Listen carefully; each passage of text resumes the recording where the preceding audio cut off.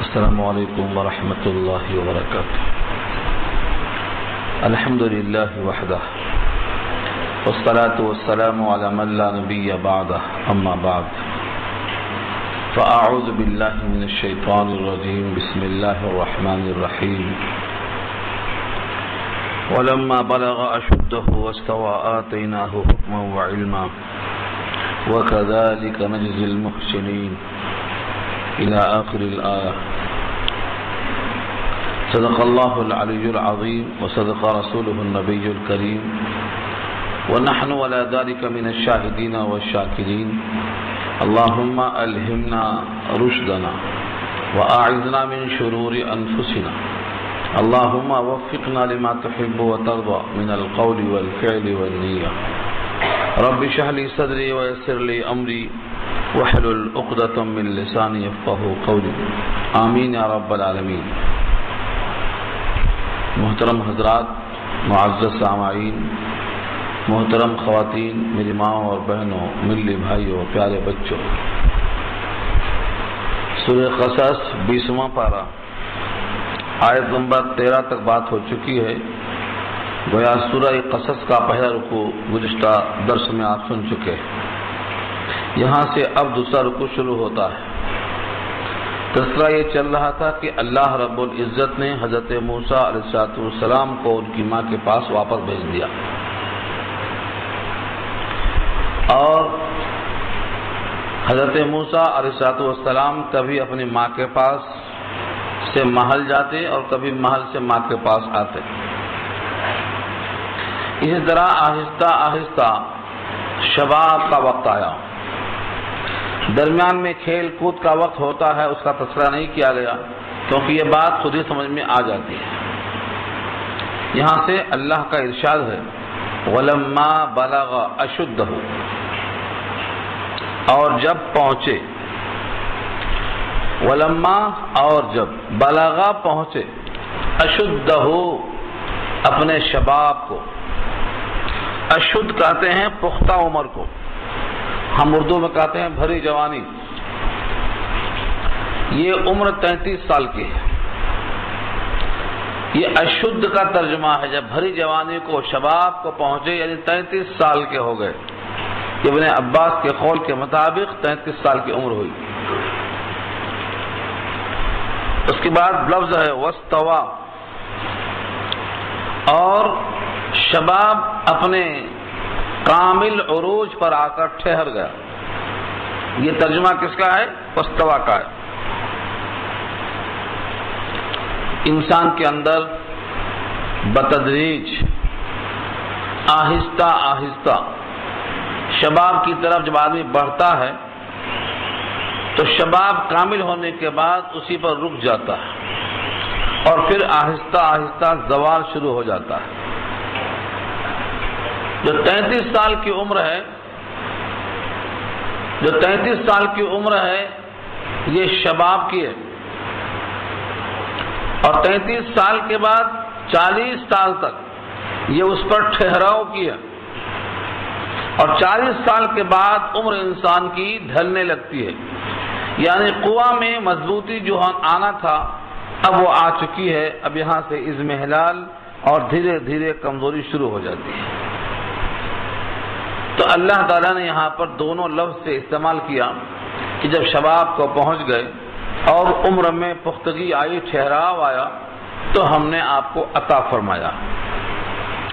وَلَمَّا بَلَغَ أَشُدَّهُ وَاسْتَوَى آتَيْنَاهُ حُكْمًا وَعِلْمًا. ہم نے آپ کو دو چیزیں دی. آتَيْنَاهُ دیا ہم نے آپ کو، حُكْمًا وَعِلْمًا. حکم کے معنی اللہ کی طرف سے احکامات آئے، یہ کرو اور یہ نہ کرو. اس سے مراد نبوت. حکم بشکل نبوت دیا، اور اس کے ساتھ اللہ نے علم عطا فرمایا، علم و حکمت سے لبریز کیا. کیونکہ علم کے ذریعے سے انسان سمجھتا ہے کہ سچ کیا ہے اور غلط کیا ہے، حق کیا ہے اور باطل کیا ہے. ان چیزوں کو انسان سمجھتا ہے علم کی روشنی میں. تو اللہ تعالیٰ نے دو چیزوں کو عطا فرمایا.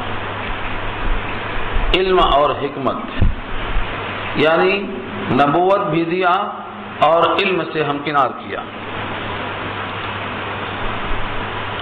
وَكَذَلِكَ نَجْزِي الْمُحْسِنِينَ، اور اسی طرح ہم دیتے ہیں بدلہ احسان کرنے والوں کو۔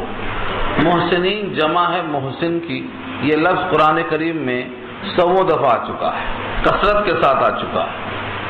اس کو بار بار سمجھ لینے سے تصور میں آسانی ہوتی ہے کہ محسن اللہ کا وہ بندہ جو اللہ کی بندگی کرے درجہ احسان میں پہنچ کر، یعنی اللہ کو ایسا محسوس کرے کہ میں اللہ کو دیکھ رہا ہوں، یا اتنا یقین اگر نہیں بڑھ سکا ہے تو اتنا مان کے چلے کہ مجھ کو وہ ضرور دیکھ رہا ہے۔ اس درجے پر جو بندگی ہوگی تو بندہ محسن کہلائے گا، اس کی جمع محسنین ہے۔ ہم یوں ہی صلہ دیا کرتے ہیں صالح لوگوں کو ان کے احسان کا، ان کی بندگی کا۔ حضرت موسیٰ علیہ السلام کو شباب آیا، علم اور حکمت کے ساتھ اللہ کی طرف سے جزا دی گئی۔ ایک دفعہ کا واقعہ تذکرہ کیا اللہ نے، وَدَخَلَ الْمَدِينَةَ، اور داخل ہوئے شہر میں۔ دخلہ کے معنی داخل ہوئے، اور مدینہ سے مراد ملک مصر ہے، شہر ہے۔ اور داخل ہونے کا مطلب یہ ہو رہا ہے کہ پہلے سے داخل نہیں تھے، باہر سے کہیں سے آئے تھے۔ شارحین لکھتے ہیں کہ آپ کی والدہ کا مکان ملک مصر کے کنارے پر تھا، باہر کے حصے میں تھا۔ جیسے شہر بڑھتے بڑھتے جب پھیل جاتا ہے تو کچھ مکانات شہر کے باہر بھی ہوتے ہیں۔ حضرت موسیٰ علیہ السلام کی والدہ کا مکان بھی شہر کے باہر تھا۔ حضرت موسیٰ وہاں سے شہر میں داخل ہوئے، ایک ایسے وقت میں داخل ہوئے کہ لوگوں کی غفلت کا وقت تھا، لوگ غافل تھے۔ شارحین لکھتے ہیں کہ اس کا 2 ہی وقت ہو سکتا ہے، یا تو رات میں غفلت کا وقت ہوتا ہے، یا ٹھیک دوپہر میں قیلولہ یعنی سونے کا وقت ہوتا ہے، غفلت کا وقت ہوتا ہے۔ یہی 2 وقت مراد ہو سکتے ہیں۔ اغلب یہی ہے کہ قیلولے کا وقت تھا۔ فرمایا وَدَخَلَ الْمَدِينَةَ، اور داخل ہوئے شہر میں، عَلَى حِينِ غَفْلَةٍ مِّنْ أَهْلِهَا، ایسے وقت پر داخل ہوئے جب وہاں کے لوگ غافل تھے، مکین وہاں کے غافل تھے۔ اہلیہا میں ہا کی ضمیر لوٹتی ہے مدینہ کی طرف، یعنی شہر والے جس وقت غفلت میں ہوتے ہیں اس وقت میں یہ داخل ہوئے، یعنی زیادہ بھیڑ بھاڑ نہیں تھی، زیادہ ہما ہمی نہیں تھی، بلکہ تقریباً لوگ اپنے اپنے مشاغل میں مصروف تھے، سوئے ہوئے تھے۔ اس حالت میں اللہ تعالیٰ نے حضرت موسیٰ علیہ نبینا علیہ السلام کو یہاں پر داخل فرمایا۔ علی حین غفلۃ من اہلھا، یہاں جو لفظ غفلت ہے یہ بالکل بعین ہی اردو میں اسی معنی میں استعمال ہوتا ہے، اور حین کے معنی وقت، وہاں کے لوگوں کی غفلت کے وقت میں داخل ہوا۔ فوجد فیہا، پس پایا اس شہر کے اندر، رجلین، اتفاق سے 2 آدمیوں کو دیکھا، یقتتلان کی باہم وہ لڑ رہے ہیں۔ قتال کے معنی تو قتل کرنے، قتل ہونے کے آتے ہیں، لیکن بسا اوقات قتال اور ان لفظوں سے اشارہ ہوتا ہے جھگڑے کی طرف۔ 2 لڑ رہے ہیں، یقتتلان، دونوں کے دونوں باہم گتھم گتھا ہیں۔ ان جھگڑا کرنے والوں میں سے دونوں کی نشاندہی قرآن نے خود کیا ہے۔ ایک تھا فرعون کے خاندان والوں میں سے، یعنی قبطیوں میں سے، اور بعض نے لکھا ہے کہ فرعون کے مطبخ کا بابرچی تھا یہ، یعنی بہت قریب تھا۔ اور دوسرا شخص جو تھا وہ بنی اسرائیل تھا، اور بنی اسرائیل کو وہاں پر لوگوں نے دبا کے رکھا تھا، ان کا استحصال ہو رہا تھا، ان پر ظلم کیا جا رہا تھا، جس کا ذکر پہلے رکوع میں آ چکا ہے۔ یستضعفوا طائفة منهم، ان میں سے ایک گروہ دوسرے گروہ کو کمزور کر رہا تھا، چونکہ حضرت موسیٰ بھی بنی اسرائیل تھے، اور وہ بنی اسرائیلی کمزور پڑ رہا تھا، اور یہ قبطی اپنے جلاد ہونے کا ثبوت دے رہا تھا۔ حضرت موسیٰ کو دیکھ کر اس نے پکارا مجھے بچائیے۔ ظاہر یہ ہے کہ ایک مظلوم شخص ہے اور وہ بھی اپنا آدمی ہے، دوسرا شخص ظالم ہے اور اس کا ظلم اب تک سنتے تھے، اب آنکھوں سے دیکھ رہے ہیں، تو اس موقع پر رگ حمیت جوش میں آ گئی، فوراً آگے بڑھ جاتے ہیں۔ آگے بڑھنے کا مطلب یہ تھا کہ اس کو پہلے سمجھایا بجھایا، جب اس نے اپنی حرکت سے باز نہیں آیا تو ایک گھونسا لگایا، اللہ نے واضح کیا۔ وَدَخَلَ الْمَدِينَةَ عَلَى حِينِ غَفْلَةٍ مِّنْ أَهْلِهَا، اور داخل ہوئے شہر میں مکینوں کی غفلت کے وقت میں، فَوَجَدَ فِيهَا رَجُلَيْنِ، پایا اس شہر میں دو آدمیوں کو، يَقْتَتِلَانِ، باہم قتل کرتے ہوئے، لڑتے جھگڑتے ہوئے، هَذَا مِنْ شِيعَتِهِ وَهَذَا مِنْ عَدُوِّهِ، هَذَا یہ مِنْ شِيعَتِهِ موسیٰ کے گروہ میں سے ہے، یعنی بنی اسرائیل میں سے ہے، وَهَذَا مِنْ عَدُوِّهِ، اور یہ دشمن کے گروہ میں سے، عدوی ان کے دشمنوں کے گروہ میں سے ہے، ایک دشمن کے گروہ میں سے ہے، ایک اپنے گروہ میں سے ہے۔ اپنے گروہ والا آدمی کمزور پڑ رہا ہے، فریاد کر رہا ہے، فاستغاثه الذي من شيعته على الذي من عدوه، استغاثہ اردو میں استعمال ہے، فریاد کرنا، بچانے کے لیے لوگوں کو پکارنا، فریاد کے لیے چلانا، یہ ہے استغاثہ۔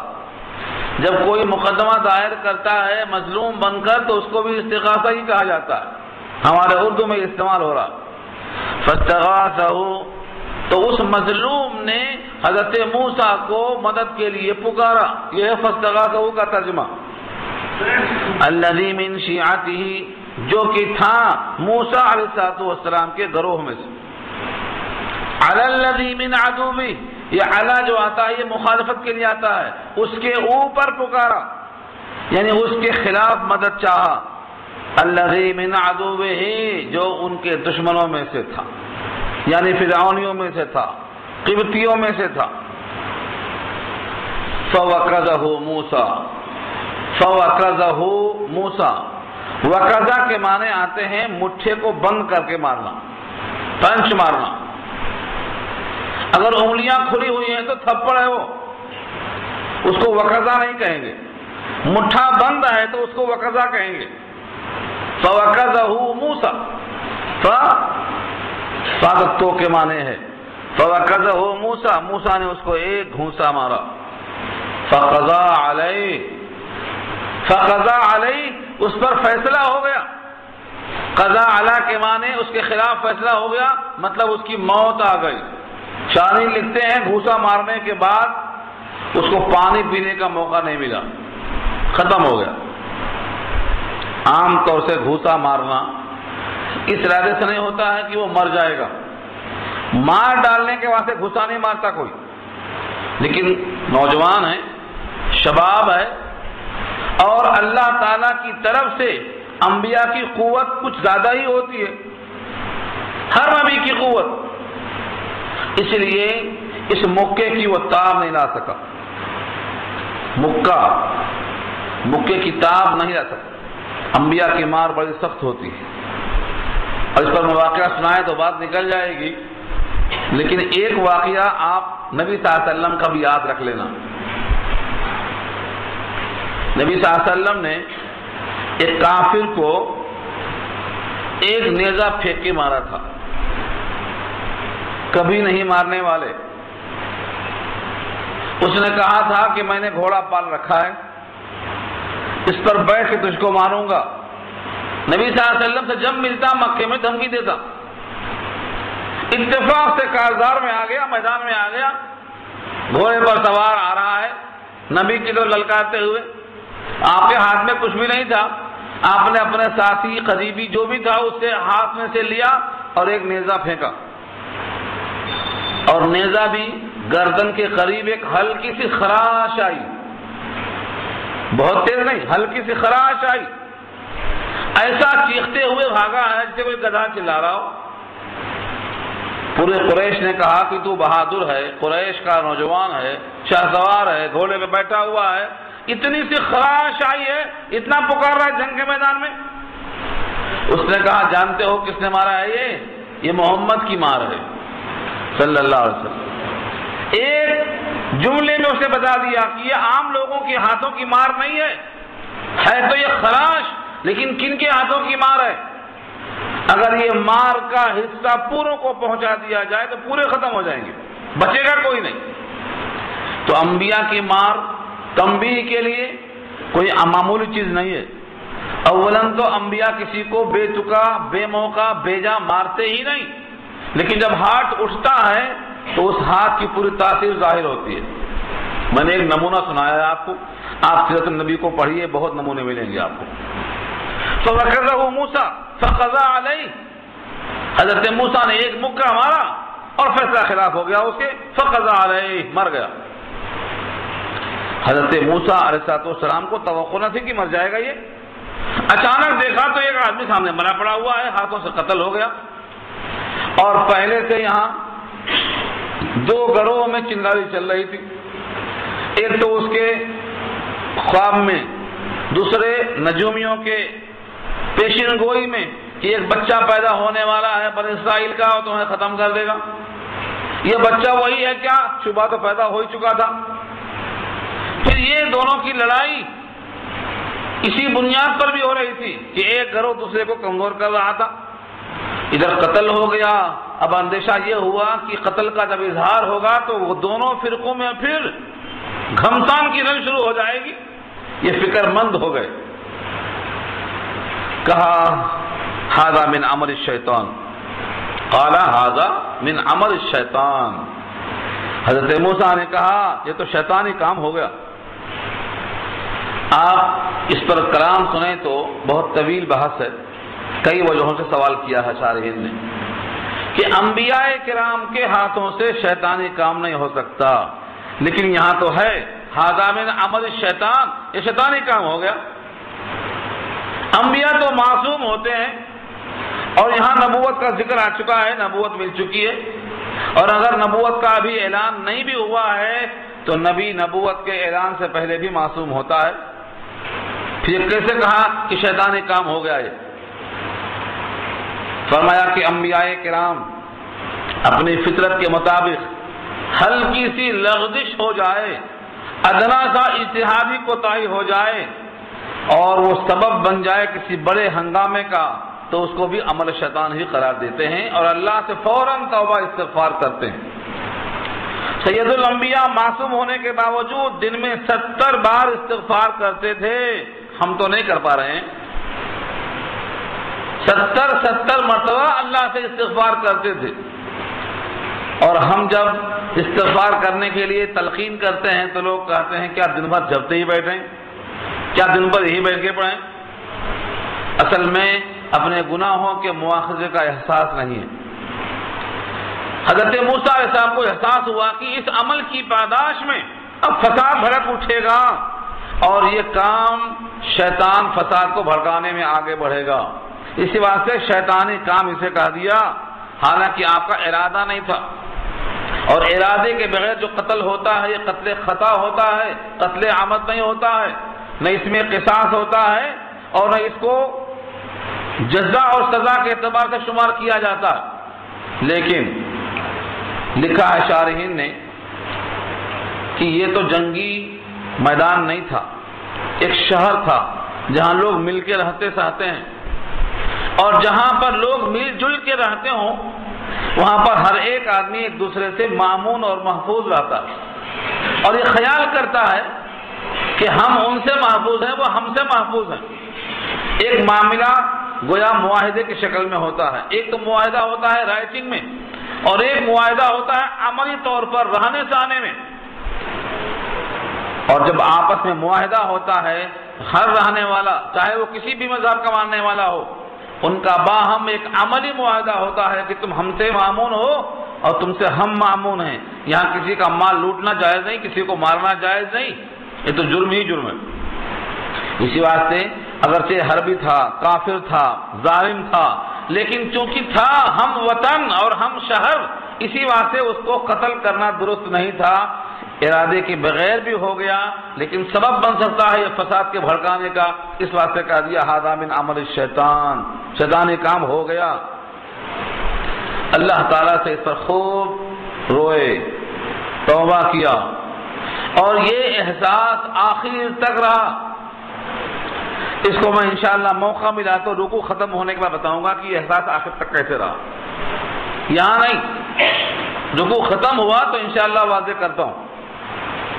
اللہ تعالیٰ سے انہوں نے پیغام مغفرت کا جب پا لیا تب سکون ہوا۔ قال ھذا من عمل الشیطان، شیطانی کام ہو گیا۔ انہ عدو، بے شک شیطان کیا ہے؟ عدو ہے، دشمن ہے، مضل ہے، بھٹکانے والا، اور مبین، کھلا ہوا بھٹکانے والا ہے۔ یہ مضل کی صفت ہے، مبین، بھٹکانے والا، کھلا ہوا گمراہ کرنے والا ہے، غلطی میں ڈال دینے والا ہے۔ اس طریقے سے اس عمل پر ان کو افسوس ہوا اور اللہ کی جناب میں متوجہ ہوئے۔ قال، فرمایا، رب انی ظلمت نفسی فاغفر لی، رب انی ظلمت نفسی فاغفر لی، اے میرے رب، انی بے شک میں نے، ظلمت ظلم کیا، نفسی اپنی جان پر ظلم کیا، فاغفر لی آپ میری مغفرت کر دیجیے۔ یہ دعا اس سے معلوم یہ ہوا انبیاء کی صفت یہ ہے کہ اگر کسی بھی طرح عمل میں کوتاہی محسوس ہو تو رب سے مغفرت چاہ لے، ایٹھن نہ رہے۔ شیطان کی صفت کیا ہے کہ وہ غلطی کے باوجود اکڑ جاتا ہے اور دیکھا جائے گا بولتا ہے، حالانکہ دیکھا جائے گا نہیں، رویا جائے گا، دیکھا جائے گا بجائے بولنے کے رویا جائے گا بولنا چاہیے۔ جب انسان مرتے وقت بھی نہیں دیکھ سکتا، قبر میں اتارتے وقت نہیں دیکھ سکتا، کفن پہناتے وقت نہیں دیکھ سکتا، جب گردوں سے ماریں گے تو کیا دیکھ لے گا؟ دیکھے گا نہیں، روئے گا، خون کے آنسو بہیں گے۔ لیکن یہ فطرت انسان کی ہے، جب وہ آدمی کے اندر خرابی آ جاتی ہے تو وہ کہتا ہے دیکھا جائے گا۔ یہاں حضرت موسیٰ کی دعا ہے، رب انی ظلمت نفسی فاغفر لی، اللہ فرماتے ہیں فغفر لہ، فغفر لہ، اللہ نے مغفرت کر دیا ان کی، کیونکہ ارادے سے قتل نہیں کیا تھا، اللہ نے ان کی مغفرت کر دیا، یعنی اس گناہ کو معاف کر دیا۔ انہ هو الغفور الرحیم، بے شک وہ مغفرت کرنے والا اور رحم کرنے والا ہے۔ اشارہ یہ ہے کہ جو بندہ بھی خطا کار ہو، جب بندہ اللہ کی طرف رجوع ہو کر گناہوں پر نادم ہوتا ہے تو یہ صفت غفور اور صفت رحیم اس کی ہمیشہ سے ہے، ہمیشہ رہے گی۔ وہ ہر بندے کی گناہوں کو معاف کرنے پر قدرت رکھتا ہے اور ہر بندے پر شفقت رکھنے کا جذبہ ہے، لہذا ہر ایک کے واسطے یہ صفت پیغام دیتی ہے کہ توبہ کر لو، غلطیوں پر نادم ہو جاؤ اور آئندہ سے راستے پر چلنے کی کوشش کر لو۔ اب وہ اللہ تعالیٰ سے جب مغفرت مل گئی تو ایک اللہ سے عہد کیا، وعدہ، قال، فرمایا، ربی، اے میرے پروردگار، بما انعمت علی، اس وجہ سے کہ جو آپ نے مجھ پہ انعام کیا، اتنی بڑی خطا کو معاف کر دیا، اس لغزش کو معاف کر دیا، میرے اوپر آپ نے کرم فرمایا، اس نعمت کی وجہ سے جو مجھ پہ آپ نے انعام کیا ہے، میں بھی ایک وعدہ کرتا ہوں، فلن اکون ظہیرا، میں نہیں ہوں گا کسی بھی مجرم کا پشت پناہ، کبھی کسی مجرم کا تعاون نہیں کروں گا۔ فلن اکون، میں نہیں ہوں گا ہرگز ہرگز، ظہیرا، مدد کرنے والا، للمجرمین، مجرموں کے لیے، یعنی جو آپ کا مجرم ہوگا وہ میرے تعاون کا حقدار کبھی نہیں بن سکے گا۔ اس جملے پر شارحین لکھتے ہیں کہ جس کی مدد کیا ہے، اگر وہ مجرم تھا تو مدد کیا کیوں، اور اگر وہ مجرم نہیں تھا تو اس وعدے کا کیا مطلب ہے کہ میں اپنی طاقت اب کسی مجرم کے سپورٹ میں نہیں لگاؤں گا، کیا مطلب بولنے کا؟ یہ لکھا ہے شارحین نے آگے کی آیت سے کہ یہی شخص ایک دن کے بعد پھر لڑتا نظر آیا، ابھی آگے آ رہا ہے، تو کل بھی لڑ رہا تھا اور آج پھر لڑ رہا ہے، معلوم یہ ہوا کہ لڑاکو ہے، اور جو لڑاکو ہوتا ہے وہ کبھی نہ کبھی تو غلطی پر ہوتا ہے، یہ تو نہیں ہے کہ ہمیشہ وہ حق پر ہی رہتا ہے، اس واسطے اس کو مجرم کہا ہے، اس کے وجہ سے یہ جرم ثابت ہوا، یہ ذریعہ بنا ہے جرم کے وقوع کا، اس واسطے یہ مجرم ہو گیا، اور میں آئندہ کسی بھی مجرم کی سپورٹ نہیں کروں گا، کسی کی مدد نہیں کروں گا۔ اب یہ شخص کیسا ہے، اگلی آیتیں آ رہی ہیں۔ اللہ تعالیٰ سے وعدہ کر لیا کہ میں کسی کی مدد نہیں کروں گا، خصوصاً مجرم کی۔ ہاں، جو مجرم نہ ہو اس کی مدد کرنا، مظلوم کی مدد کرنا، یہ تو انبیاء کا فریضہ رہا ہے اور ہر مومن کا فریضہ ہے۔ مظلوم کی مدد کرنا تو فریضہ ہے، ہاں مجرم کی مدد کرنا منع کیا ہے۔ فَأَصْبَحَ فِي الْمَدِينَةِ خَائِفًا يَتَرَقَّبُ، صبح کیا، فَأَصْبَحَ صبح کیا، دیکھو اصبح میں الف سین با ہا ہے، اور صبح جو اردو میں استعمال ہے یہی تو استعمال ہے۔ فَأَصْبَحَ صبح کیا، فِي الْمَدِينَةِ شہر کے اندر، خائفاً خوف کی حالت میں، خائفاً حالت ہے، رات کیسی بھی گزری، ایک تو یہ کہ یہ مر گیا، اب فساد نہ کہیں پھیل جائے، اس کے خاندان کے لوگ کہیں فرعون کے پاس جا کر التجا نہ کریں کہ وہاں سے مواخذہ شروع ہو جائے۔ خائفاً رات بھر خوف میں گزرا، یترقب انتظار میں، یترقب کے معنی آتے ہیں انتظار میں، اچانک کیا ہونے والا نہیں معلوم، کیا حالات پیش آتے نہیں معلوم، اونٹ کس کروٹ بیٹھے گا نہیں معلوم، یہ ہے ترقب، انتظار میں رہے۔ فَإِذَا الَّذِي اسْتَنصَرَهُ بِالْأَمْسِ يَسْتَصْرِخُهُ، پس ناگہاں دیکھا تو جو شخص کل حضرت موسیٰ سے پناہ مانگ رہا تھا، موسیٰ سے مدد چاہ رہا تھا، وہی آدمی آج پھر دوسرے سے لڑ رہا ہے، پھر پناہ مانگ رہا ہے۔ یہاں سے معلوم ہوا کہ وہ لڑاکو ہے۔ فَإِذَا الَّذِي اسْتَنصَرَهُ، بس اچانک وہی شخص جس نے کل مدد مانگا تھا، بالامس، امس کے معنی گزشتہ کل، آنے والی کل کو تو غد کہتے ہیں اور گزری ہوئی کل کو بالامس کہتے ہیں۔ بالامس گزشتہ جس نے مدد چاہی تھی، فریاد کی تھی موسیٰ سے، وہی پھر کھڑا ہوا ہے، یستصرخہ، مدد چاہ رہا ہے، پکار رہا ہے موسیٰ کو۔ حضرت موسیٰ نے پہلی آواز میں اسی کو مخاطب کیا، قال لہ موسیٰ، اس سے موسیٰ نے کہا، جو کل پکارا تھا مدد مل گئی تھی، آج پھر پکارتا ہے تو غصہ اسی پہ آ گیا، لگتا ہے تو بڑا لڑاکو ہے، کل بھی لڑ رہا تھا اور آج بھی لڑ رہا ہے، آج تیرا علاج پہلے کرتا ہوں۔ اس نے دیکھا کہ کل کا مکہ ایسا تھا کہ مر گیا تھا، اگر میرا نمبر آ گیا تو میں بھی ختم ہو جاؤں گا، تو پہلے سے شروع کر دیا بولنا، پکارنا شروع کر دیا۔ یہ ہے اصل قصہ۔ قال له موسیٰ، موسیٰ نے اس سے کہا، انک لغوی مبین، بے شک تو ہے کھلا ہوا گمراہ۔ غوی، غاوین کے معنی گمراہ ہونے والا، اور مبین اس کی صفت ہے، تو ہی بدراہ ہے، تیری وجہ سے کل وہ نوبت آئی اور آج پھر تو لڑ رہا صبح صبح، تیرا ہی حال درست نہیں ہے، تجھ کو ہی صحیح کرنا پڑے گا، تیری گوش مانی کروں گا۔ یہ کہتے ہوئے جب اس سے مخاطب ہوئے تو اس کو مکہ دیکھا تھا اس نے، اس لیے یہاں مکہ سے پہلے حوصان خطا ہو گئے، بگڑ گئی طبیعت، اب کیا ہوتا، پانسا پلٹ سکتا ہے۔ اسی لیے ابھی حضرت موسیٰ نہ ادھر بڑھے تھے نہ ادھر بڑھے تھے، لیکن وہ حیبت میں صاحب بولنا شروع کر دیا۔ فلما ان اراد، ابھی پکڑا نہیں تھا، ارادہ کیا تھا پکڑنے کا، ہاں ارادہ عربی میں اور ارادہ اردو میں دونوں ایک ہی چیز ہے۔ فلما ان اراد، پر جب یہ کہ ارادہ کیا موسیٰ نے، ان یبطش، کی پکڑیں، پکڑنے کا ارادہ ہی کیا تھا، ابھی آگے بڑھنے، پکڑا نہیں تھا ابھی، پکڑنے سے پہلے یہ بولتا ہے، بالذی هو عدو لہما، اس شخص کو جو کہ دشمن تھا ان دونوں کا، یعنی موسیٰ کا بھی دشمن تھا اور یہاں جو پکار رہا تھا اس کا بھی دشمن تھا، اس کو پکڑنا چاہا تھا، لیکن وہ سمجھ بیٹھا اس ڈانٹنے کی وجہ سے کہ شاید مجھ پر پڑے گا۔ پکڑنے کا ارادہ کس کا تھا؟ موسیٰ کا۔ کس کو؟ دشمن کو، جو دشمن موسیٰ کا بھی تھا اور پکارنے والے کا بھی دشمن تھا، اسی کو پکڑنے کا ارادہ تھا۔ لیکن محض یہ جملہ بول دینے سے کہ تو ہی کھلا گمراہ ہے، وہ گھبرا گیا اور سمجھا کہ اب میری شامت ہے۔ کیا بولتا ہے وہ؟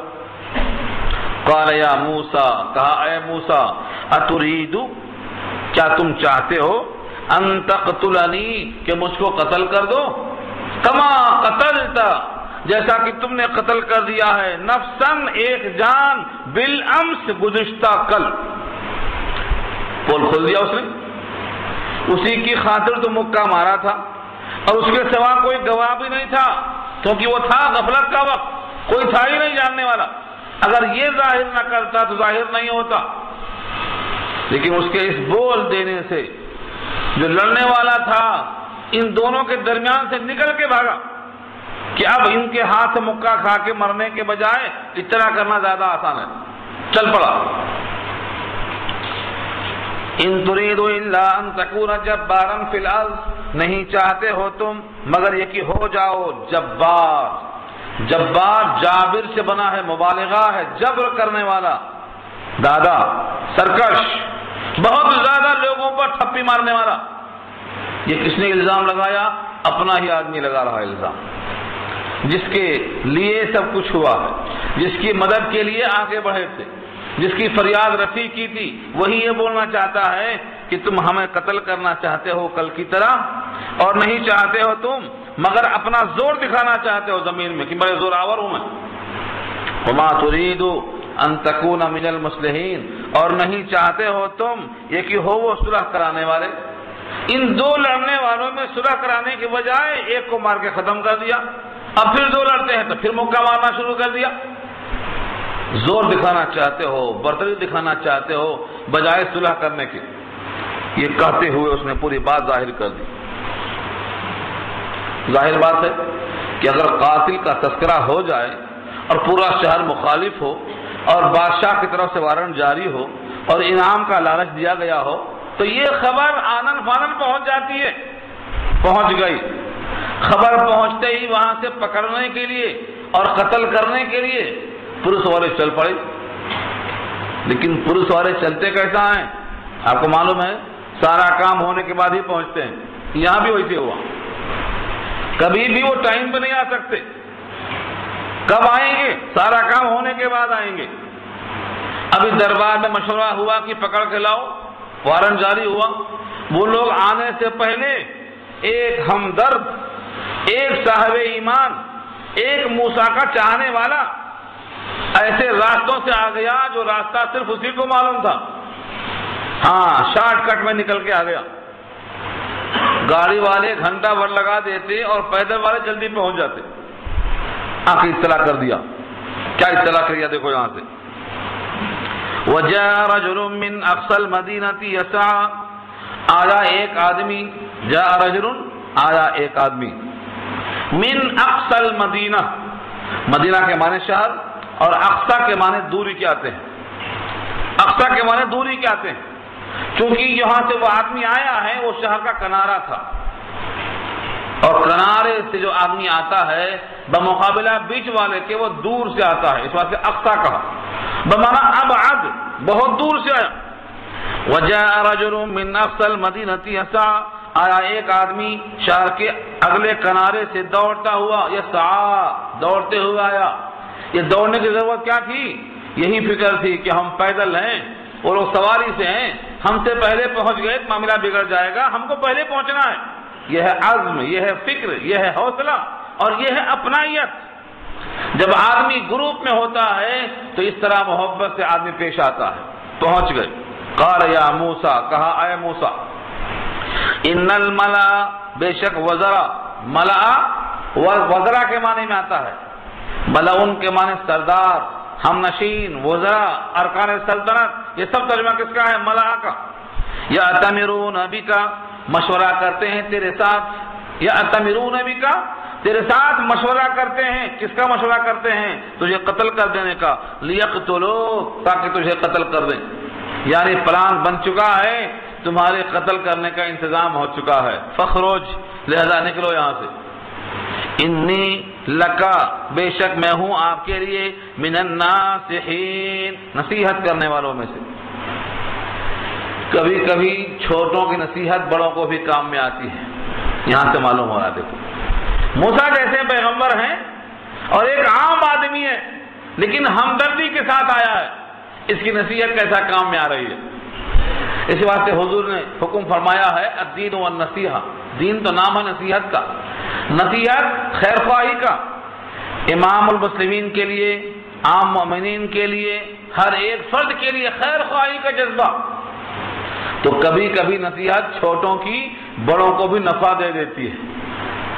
یہاں کوئی پیغام نہیں آیا، کوئی وحی نہیں آئی، بلکہ ایک مومن بندہ جو طرف لے کر حاضر ہوا تھا اس کی نصیحت کارگر ہوتی ہے. انی لکا من الناصحین، بے شک میں ہوں آپ کے لیے خیر خواہی کرنے والا، نصیحت کرنے والا. اس طرح سے نصیحت کو پیش کر دیا. فخرج منها خائفا يترقب، بس نکل پڑے موسیٰ علیہ السلام وہاں سے، یعنی ملک مصر سے، خائفا ڈرتے ہوئے، یترقب انتظار کرتے ہوئے کہ کس گلی میں کون سامنے سے آتا نہیں معلوم، اچانک ناگہانی آفت کدھر سے آتی نہیں معلوم. یترقب انتظار کرتے کرتے شہر سے باہر نکلتے چلے گئے. اور ایسے موقع پر اللہ کی طرف رجوع ہو گئے. قال ربی نجنی من القوم الظالمین، کہنے لگے اے میرے پروردگار مجھ کو نجات دے دیجیے، اے میرے پروردگار مجھ کو نجات دے دیجیے، من القوم الظالمین، ظالم قوم کے شر سے، ظالم قوم کے شر سے مجھے نجات دے دیجیے. حضرت موسیٰ نے یہ دعا کی. بھلا نبی کی دعا رد نہیں ہو سکتی. یہاں ظالمین سے مراد کون ہے؟ فرعون اور فرعون کے کارندے، فرعون کے حکم پر چلنے والے وہاں کے مکین، یہ سب کے سب ظالمین ہیں. ان کے شر سے نجات مانگ لیا. حضرت موسیٰ کی دعا مقبول ہو گئی. ٹائم کتنا؟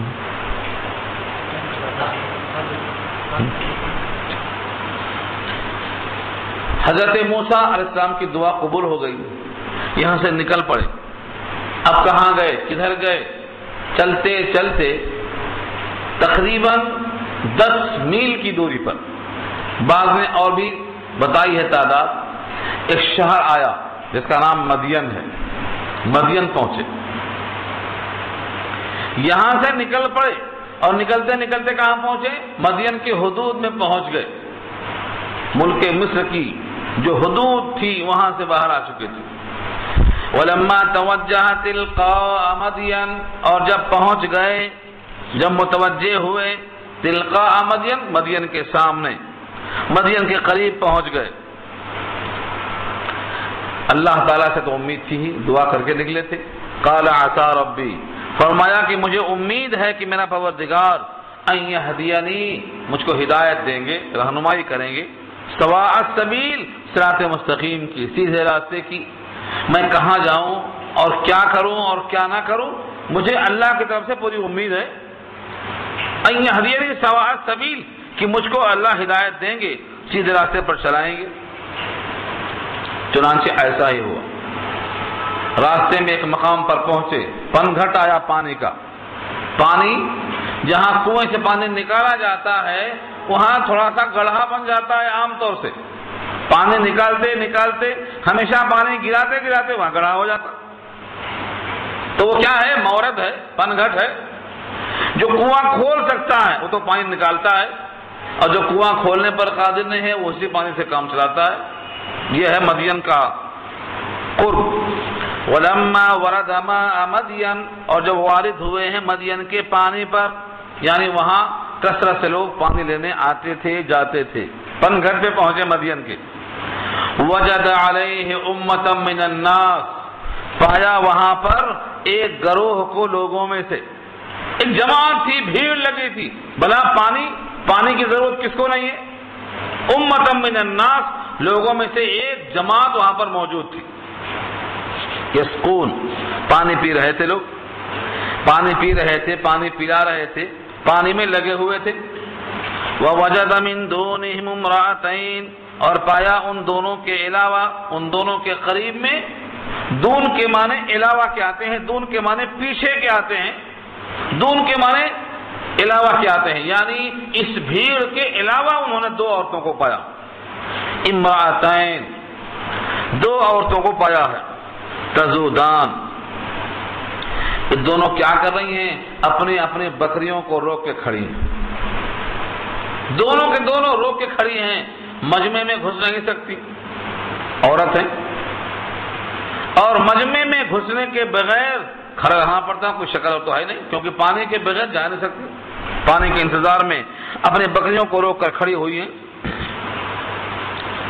قال ما خطبكما، حضرت موسیٰ نے محسوس کر لیا، اور لوگوں کا تعاون کرنے کی عادت تھی، مجرم کا تعاون نہیں کریں گے یہ عہد تھا، لیکن جو بیچارے مظلوم ہیں ان کا تعاون تو کرنا ہی ہے۔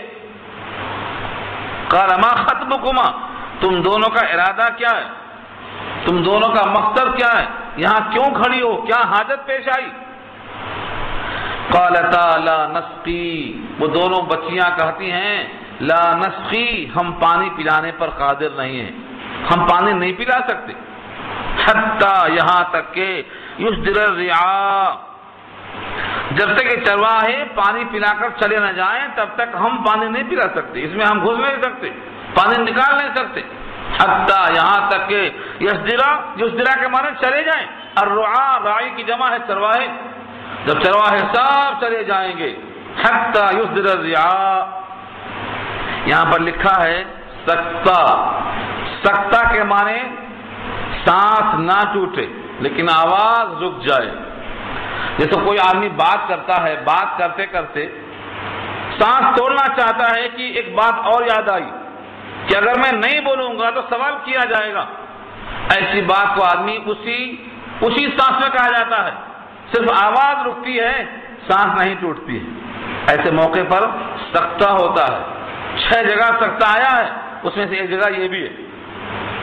اس سکتے کے بارے میں سنو الفاظ، وَأَبُونَا شَيْخٌ کبیر، وہ ابونا میں واو جو ہے حالت کو بیان کرتا ہے، ابونا اور ہمارے باپ شیخ ہیں، شیخ مانے بوڑھے، اور ساتھ میں صفت لگایا کبیر، بہت بوڑھے ہیں، یعنی بکریاں چلانے پر وہ قادر نہیں ہیں، بکریوں کے ساتھ آنے جانے پر قادر نہیں ہیں، ان کے بڑھاپے کی وجہ سے ہم کو یہ کام کرنا پڑ رہا ہے، یہ مطلب ہے بولنے کا۔ اگر یہ بات اسی سانس میں نہ کہی ہوتی تو سوال کرتے کہ تم کیوں آئے، پانی پر جب قادر نہیں ہو تو آئے کیوں، ابا کو بھیجا ہوتا، بھائی کو بھیجا ہوتا، جو اسی کا جواب دیا انہوں نے، اس لیے اگلی بات کو بغیر سانس توڑے کہہ دیا، قالتا لا نسقی حتی یصدر الرعاء وابونا شیخ کبیر، اسی سانس میں، اور ہمارے باپ تو بہت بوڑھے ہیں، ان کے بڑھاپے کی وجہ سے ہم ان سے کچھ قسم کا کام نہیں لے سکتے۔ فسقا لہما، حضرت موسیٰ نے ان دونوں کے لیے پانی پلانے کا انتظام کر دیا، فسقا پلا دیا۔ لکھا ہے قصص النبیین میں، مولانا علی میاں صاحب نے لکھا ہے کہ وہ کنویں کا ڈھکن 10 آدمی مل کے اٹھاتے تھے، حضرت موسیٰ نے تنہا اٹھا دیا، اٹھا کر پانی پلا دیا، اور بکریاں پانی پی کر سیراب ہو گئی تو وہاں ٹھہرتی کیوں بچیاں، گھر جلدی آ گئی، جب گھر جلدی پہنچ گئی تو ابا حضور نے پوچھا کیا بات ہے، روز کے ٹائم سے پہلے کیسے پہنچ گئی؟ انہوں نے پورا واقعہ بیان کر دیا، ایک صالح آدمی تھا، اس نے مدد کر دیا ہماری، اور انبیاء کرام مدد کرنے والے کی مدد بلا معاوضے کے لینے کو پسند نہیں کرتے، احسان کا بدلہ احسان، هل جزاء الاحسان الا الاحسان۔ اتنا شریف آدمی کہ بکریوں کو پانی پلا دیا، ڈھکن اٹھا دیا، تو وہ شریف آدمی آخر تھا کون، کہاں سے آیا، کہاں گیا، کون ہے، بلا کر لاؤ، اس کا کچھ محنتانہ بنتا ہے۔ یہ سلسلہ ہے، یہ سبب پیدا کیا ہے مسبب نے، یعنی اللہ کی ذات نے۔ دیکھیے کیا ہوا، فسقا لهما ثم تولى الى الظل، بس پانی پلا دیا ان دونوں کے لیے، پھر پلٹے الى الظل، چھاؤں کی طرف۔ کس کی چھاؤں؟ درخت کی۔ عام طور سے پانی جہاں زیادہ ہوتا ہے درخت اگ ہی جاتے ہیں، درخت کی چھاؤں میں مسافر بیٹھ جاتا ہے، چھاؤں کی طرف بیٹھ گئے۔ فقال، اب کہنا شروع کیا، کس سے کہیں گے، کون ہے آپ کے ساتھ؟ آپ میں سے کون جانتا ہے ایسے موقع پر آدمی کو احساس ہوتا ہے اپنے رب کا. حالانکہ انبیاء کو ہمیشہ اللہ کے ساتھ ہونے کا استحضار ہوتا ہے، ہمیشہ استحضار ہوتا ہے. اسی واسطے دعا کرتے ہوئے چلے، دعا پڑھتے ہوئے چلے، اور جیسے ہی کام سے فارغ ہوئے پھر متوجہ اللہ کی طرف ہو گئے. کیا کہا؟ ربی، اے میرے پروردگار، انی، بے شک میں، لما انزلت الیہ، جو کچھ آپ اتارے میری طرف، من خیر، بھلائیوں میں سے، فقیر، میں فقیر ہوں. اگر آپ کسی کو فقیر کہہ دو تو کہے گا ہم فقیر نہیں ہیں، ہم کو فقیر مت کہو. حضرت موسیٰ بھی اللہ کے سامنے فقیر ہیں. وہ خود فرماتے ہیں رب انی لما انزلت الیہ من خیر فقیر، رب انی، اے پروردگار جو کچھ بھیج دیں آپ، میں اس کا فقیر ہوں. اور یہ اللہ نے بھی کہا یا ایھا الناس انتم الفقراء الی اللہ، لوگوں تم فقیر ہو اللہ کی جناب میں. جب سارے انسان فقیر ہیں، حضرت موسیٰ کا اعتراف ہے، تو بڑے سے بڑا کوئی بھی ہو اس کو اللہ کے سامنے فقیر ہونے کا اظہار کرنا ہے. یہی زیادہ خشوع کے لائق ہے. یہ حضرت موسیٰ کی دعا ہے، مقبول ہو گئی. ادھر یہ دعا کرتے بیٹھے، ادھر بچیاں گھر پہنچ گئیں، ماں باپ میں سے اطلاع ہو گئی، اور والد محترم نے کہا کہ جاؤ بلا کر لاؤ. لگتا ہے کوئی مسافر ہے، لگتا ہے کوئی نہ کوئی مسافر ہے جس نے تم پر ترس کھایا ہے. جب وہ ترس کھایا ہے زمین والوں پر تو اس پر ترس کھائے گا آسمان والا. حدیث پاک میں آتا ہے تم ترس کھاؤ زمین والوں پر، تم پر ترس کھائے گا آسمان والا. ارحموا من فی الارض یرحمکم من فی السماء. اس طریقے سے حضرت شعیب نے بھیجا اپنی بچیوں میں سے. فجاءته احداهما تمشي على استحياء، فجاءته، آئی ان میں سے ایک، احداهما، ان دو میں سے ایک بچی آئی. یہاں نام نہیں لیا گیا، بڑی آئی کہ چھوٹی آئی، ان دو میں سے ایک بچی آئی. فجاءته، آئی ان کے پاس ان میں سے ایک، تمشی، چلتے ہوئے، علی استحیاء، شرم و حیا پر. کیونکہ ایک عورت کسی مرد کو بلانے کے لیے آتی ہے جبکہ نیک نیت ہو تو اس کی چال میں شرم و حیا ہے. یعنی آج کل جس طرح چلتی ہیں عورتیں بے حجاب ہو کر، ایسا نہیں، تبرج کے ساتھ نہیں بلکہ شرم و حیا کے ساتھ. قالت، بولتی ہیں آ کے، ان ابی یدعوک، بے شک میرے باپ آپ کو بلا رہے ہیں. ان ابی یدعوک، اور اس سے پہلے کہ وہ پوچھیں کیوں بلا رہے ہیں، لگے ہاتھوں بول ہی دیا، لیجزیک، تاکہ آپ کو جزا دیں، آپ کو بدلہ دیں، اجر ما سقیت لنا، اس کا بدلہ، اس کا محنتانہ جو ہمارے لیے آپ نے پانی پلانے کا کام کیا. چھوٹا سا عمل ہے پانی پلا دینا، چھوٹا سا عمل ہے پانی پلا دینا، وہ بھی بکریوں کے لیے. لیکن اس کا بدلہ دینے کے لیے حضرت شعیب نے بچی کو بھیج کے بلوایا. یہ کیوں؟ کیونکہ انبیاء کسی کا احسان نہیں لیتے، چکا دیتے. نبی صلی اللہ علیہ وسلم کا بھی معمول تھا، کوئی تحفہ آتا تو تحفے کے جواب میں تحفہ بھیجتے. تحفہ دینا اور لینا حکم بھی تھا، عمل بھی تھا. ارشاد ہے تحادو تحابو، ہدیہ دینا لینا محبت میں اضافے کا سبب بنتا ہے. تو حضرت موسیٰ نے بلایا تحفہ دینے کے لیے، محنتانہ دینے کے لیے، اور نبی صلی اللہ علیہ وسلم کا بھی یہی معمول ہے. اور پانی پلانے پر اللہ نے بھی اجر کا وعدہ ایسا ہی کیا. حدیث سنایا تھا، پھر سن لو کیا تھا. اگر کوئی کسی کو پانی پلا دے ایسے موقع پر جہاں پانی ملتا ہو عام طور سے، تو اس کو ایک غلام آزاد کرنے کا ثواب ملے گا، ایک غلام آزاد کرنے کا ثواب ملے گا.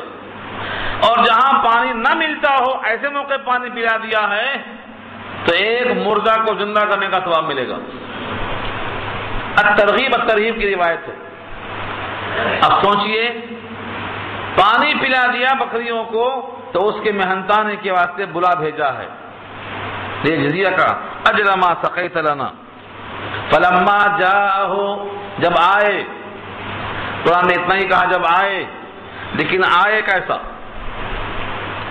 لکھا ہے شارحین نے حضرت موسیٰ کو آگے کر دیا اور بچی پیچھے رہی، اور انہوں نے کہا کہ جب میں راستہ سیدھا چلوں تو کچھ بولنے کی ضرورت نہیں، اور میں جہاں راستہ بھٹک جاؤں پیچھے سے ایک پتھر پھینک دینا، معلوم ہونا کہ ادھر جانا ہے۔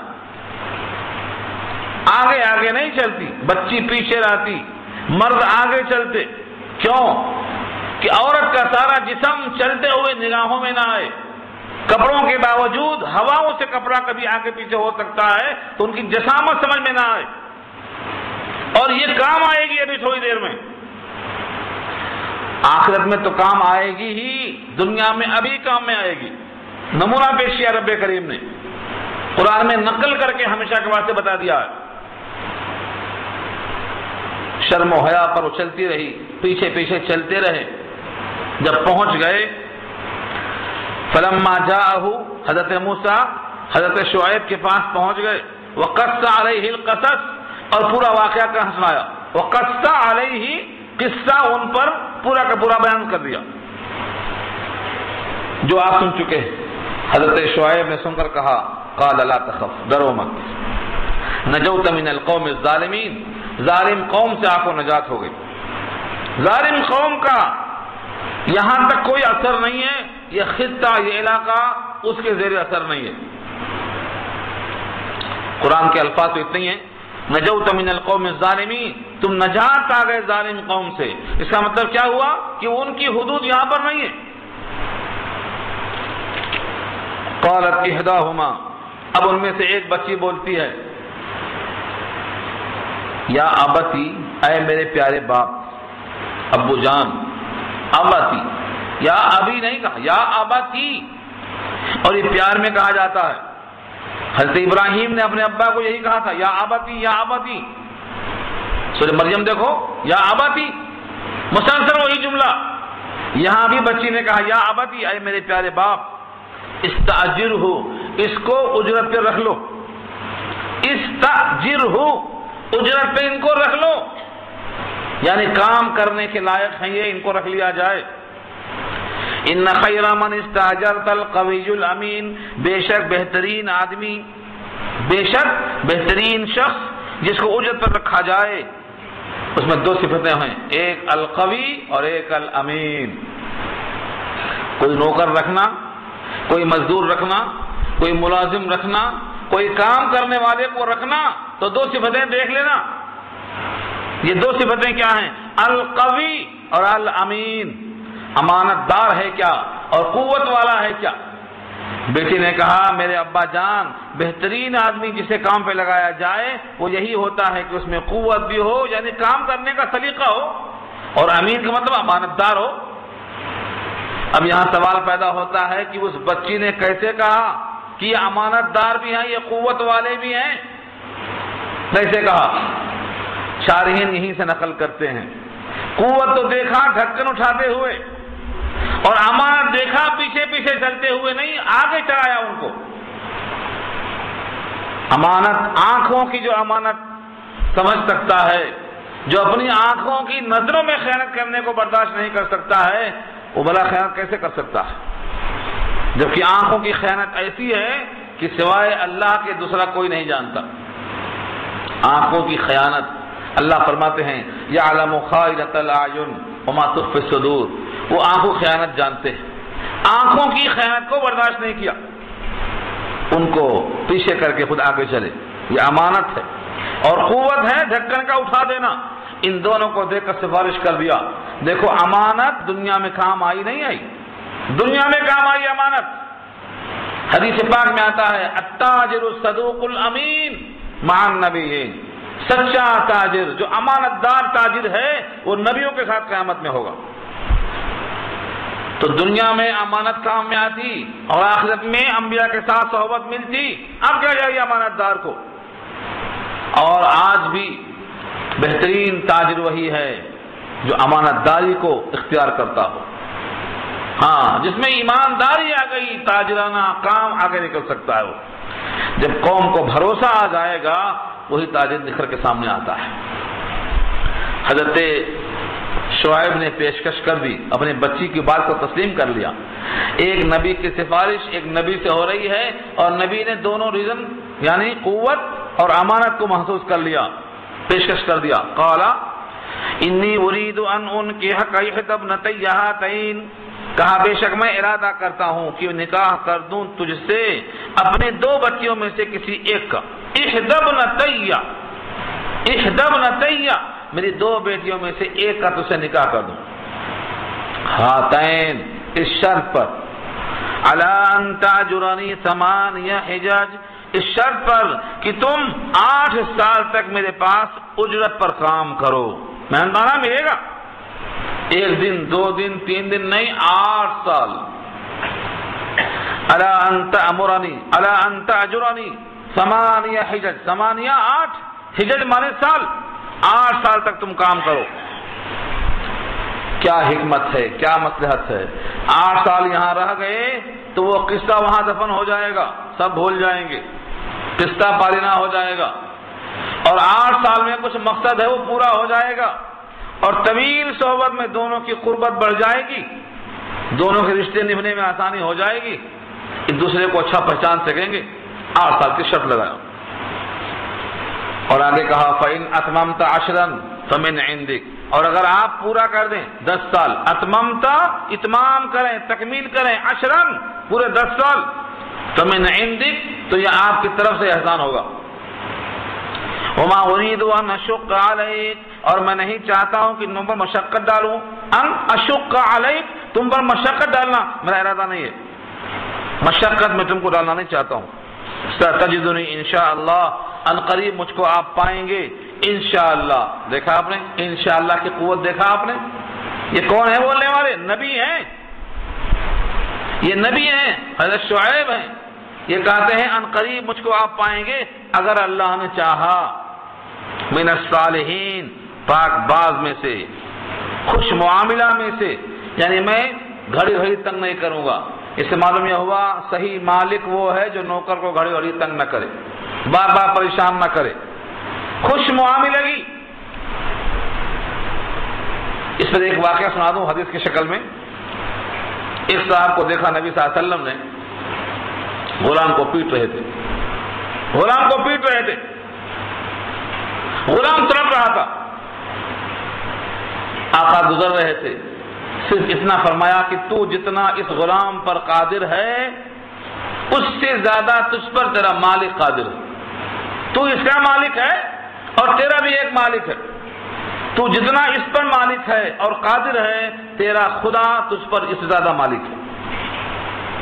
یہ جملہ سن کر ان کے دماغ میں خبری مچ گئی، کیا کرنا چاہیے؟ کہا پھر کیسا حساب کیسا ہوگا، یہ تو میرا غلام ہے۔ فرمایا نبی صلی اللہ علیہ وسلم نے اس کی سزا جو اس پر تم نے دی ہے، جو ڈنڈے مارے ہیں، اور اس کا جرم دونوں تولا جائے گا، دونوں تولا جائے گا۔ اگر ان کی غلطی کے بقدر ہے تیری سزا تو برابر سرابر، اور اگر تیری سزا کم ہے اس کی غلطی زیادہ ہے تو اس سے تجھ کو ملے گا، اور اگر اس کی غلطی کم ہے تیری سزا زیادہ ہے تو تجھ سے مواخذہ ہوگا۔ رونا شروع کر دیا۔ انہوں نے کہا اللہ کے نبی اس سے بچنے کی شکل کیا ہے؟ اس سے اچھا تو یہ ہے کہ میں اس غلام کو آزاد کر دوں، نہ قصہ رہے نہ مواخذہ شروع ہو۔ اسی دم انہوں نے اس کو آزاد کر دیا۔ تو غلاموں کے ساتھ، نوکروں کے ساتھ خوش معاملہ ہونا انبیاء کی سنت ہے۔ یہی کہا شعیب علیہ السلام نے کہ تم مجھ کو نہیں پاؤ گے کسی قسم سے معاملات میں کمی کوتاہی کرنے والا، انشاءاللہ شرط لگایا، لیکن انشاءاللہ بڑا بھروسہ ہونے کے باوجود بھی انشاءاللہ کہنا چاہیے۔ انشاءاللہ کی پوری بحث سورہ کہف میں آ چکی ہے۔ سلیمان نے انشاءاللہ کہنا نہیں یاد آیا، بھول گئے تو 100 بیوی میں سے ایک بچے پیدا نہیں ہوئے، ایک بچے۔ کیا کہا تھا؟ 100 بیویاں ہیں، 100 بچے ہوں گے، 100 مجاہد ہوں گے، انشاءاللہ کہنا بھول گئے، ایک بھی بچہ نہیں پیدا ہوا۔ یہ اللہ کی قدرت ہے کہ میں نہ چاہوں تو جو نبی بھی ہے اور بادشاہ بھی ہے، اور بادشاہ بھی ساری کائنات کا بادشاہ ہے، انشاءاللہ نہیں کہا تو میں روک لوں، میری مرضی. کیا مانے؟ اگر اللہ چاہے تو کائنات کا ہر جز اللہ کی مشیت پر موقوف ہے. اللہ چاہے تو ایسا ہوگا، اللہ چاہے تو ایسا ہوگا. انشاءاللہ کا سبق دیا ہے قرآن نے شعیب کے ذریعے، اور سورہ کہف میں ایک طویل واقعہ بیان کیا ہے. انشاءاللہ نہیں کہا تو باغ کا پھل غائب ہو گیا. سورہ قلم میں کہا اللہ نے، پورے پھل کو اللہ نے غائب کر دیا انشاءاللہ نہ کہنے کی وجہ سے. تو کلام اللہ میں کئی جگہ آیا ہے. یہاں سے یہ سبق یاد رکھ لو کہ انشاءاللہ کے بغیر کوئی وعدہ نہیں. قال ذلك بینی و بینک، کہا یہ معاہدہ ہوا میرے تیرے بیچ میں، میرے تیرے بیچ میں یہ معاہدہ ہو گیا. ایم الاجلین، دو مدتوں میں سے کوئی ایک. ایم الاجلین، اجل کی تسنیہ ہے اجلین، دو مدتوں میں سے کوئی ایک مدت. قضیتو، میں پورا کر دوں گا، یعنی 8 سال پورا کروں گا یا 10 سال پورا کروں گا. فلا عدوان علیہ، تو میرے خلاف کوئی ذاتی نہیں ہوگی، یعنی میرے اوپر کسی قسم سے کوئی بات نہیں ہوگی. واللہ، اللہ، واللہ، اور اللہ تعالی، علی ما نقول، جو کچھ ہم تم کہہ رہے ہیں، وکیل، وکیل ہے. کس کو بنایا وکیل؟ اللہ کو. دو نبیوں کے درمیان بھی وکیل کون ہے؟ اللہ. ہم جو کچھ کہہ رہے ہیں اللہ اس پر گواہ ہے، اللہ اس پر وکیل ہے، اللہ اس پر کارساز ہے. اس طرح سے دونوں کے درمیان معاہدہ پکا ہو گیا. اب وہاں پر رہ گئے. 8 سال چلایا یا 10 سال بکریاں چلایا. جب مدت پوری ہو گئی تو قصہ آگے بڑھے گا. یہاں رکوع پورا ہو گیا ہے اور ہمارا وقت بھی انشاءاللہ پورا ہو چکا ہے. اب بقیہ گفتگو انشاءاللہ آئندہ ہوگی. دعا کر لیجیے.